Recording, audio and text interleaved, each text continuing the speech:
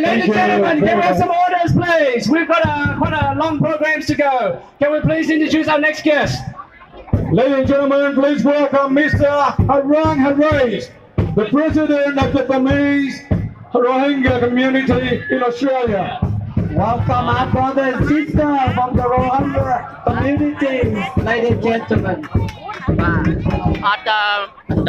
Hi, hello everyone. Thank you very much for today having here. And I would like to pay the same respect to Aboriginal elders, past and present, and the presentation of Stray Khang from the Cambodian community in New South Wales. Thank you, sir. Thank you so much. Thank you. It's so I don't know what to say. So excited to be here. But our goal for today, protesting, has already summarized by Chris Hay, by Mr. Hong Lim already, and the other speaker as well. However, myself today, I'm representing Cambodian community. First of all, I'd like to salute to the Buddha and to all the monks that present in here. And also, I would like to pay the respect to the owner of this land and to the owner of the land of Cambodia as well. My speech today is the death of democracy in Cambodia. The Paris Peace Accord on Cambodia on the 23rd of October 1991 was the foundation and blueprint Cambodia to work and build democracy and lasting peace. This priceless accord is being killed off swiftly by Hun Sen in a matter of months. In just a period of 1 year, Hun Sen dismantled the framework of democracy in Cambodia, replaced it and put it on a path to one-party authoritarian state. He dissolved the opposition party known as the CNRP, threw its leader, Mr. King Sokha, in jail and banned all the senior leaders from taking part in politics. It is shameful that we see him come to this country, Australia Asian Summit, walking blood on his hand and shaking hands with our Prime Minister, Mr. Malcolm Turnbull. So outrageous it is of his attitude to freedom of expression and basic human rights. He threatened to follow us to our home and beat us up to exercising our right as citizens of this country, Australia.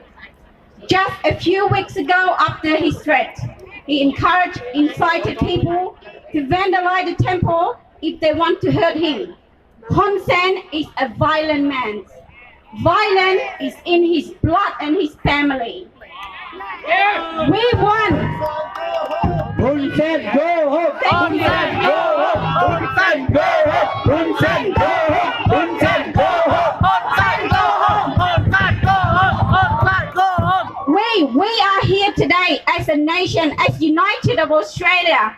We want to tell Hun Sen that there is no space, no place for violent view of any shape or form in our society, and certainly must not tolerate within Asian community of leaders. Down with Hun Sen! Down, down, down! Down with Hun Sen! Down, down, down! Down with Hun Sen! Down, down, down! Thank you. Tolerating or keeping silent in tantamount to sanctioning it. Grave human rights abuse have been committed under the Hun Sen government. No real perpetrator have been brought to justice. The savage beating of the opposition lead MP in front of Cambodia Parliament in broad daylight. MP Khong Sapir and MP Ngay Chamran. Many high-profile killings in Cambodia have been ignored or turned a blind eye by the regime, such as Mr. Chevichir, the union leader, was gunned down in broad light in front of a newsstand. Mr. Chotwonti, the environmentalist, was shot dead in a car while he was with a journalist from Cambodia Daily. Mr. Kamlay, his wife is here also. The social and political analyst was shot dead in a gas station in Phnom Penh while he was having coffee, and many, many more. Many more.